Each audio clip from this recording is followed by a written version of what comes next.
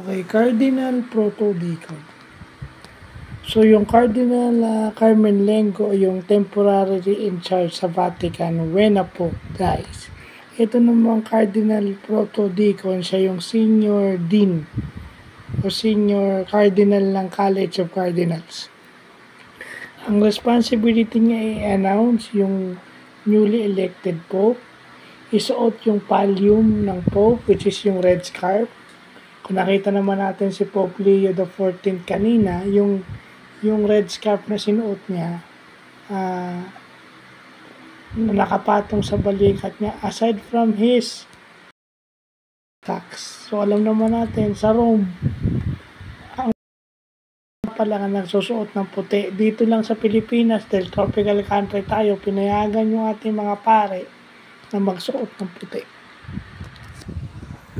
No, at saka ngayon daw, tinanggal na yun, pero crowning the Pope. Kasi ang Pope, meron yung tinatawag na papal crown. Kasi sa mga misa, nakikita lang natin yung yung bishop's mitre, yung sa ulo nila. Pero meron talaga silang crown. Kasi ang papacy is, isa rin siyang monarchy.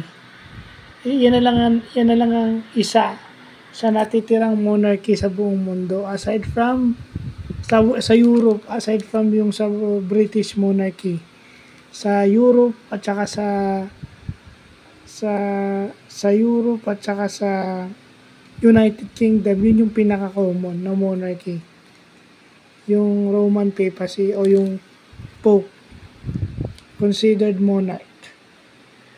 267 na pala na successor ni Saint Peter itong si Pope Leo XIV.